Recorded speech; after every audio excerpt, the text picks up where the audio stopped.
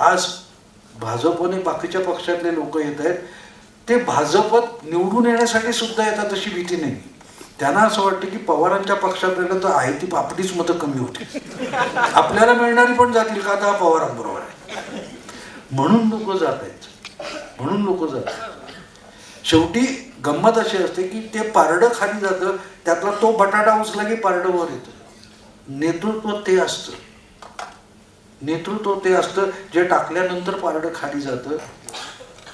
आणि काळजी करू नका, कोण येत आहेत, बाहेरचे येत आहेत का, बाहेरचे किती येतात हे बघू नका. मी शेवट आता करतो.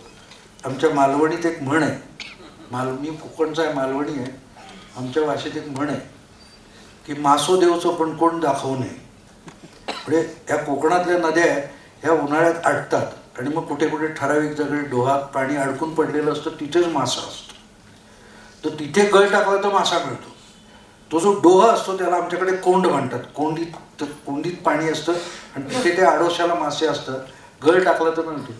तर मी जर तो मासा पकडून गळ घेऊन येतोय आणि समोरच्याने विचारलं खै मिळालं, कुठे मिळाला मासा, तर त्याला कुठे मिळतोय सांगायचं नाही, मासा देऊन टाकायचा.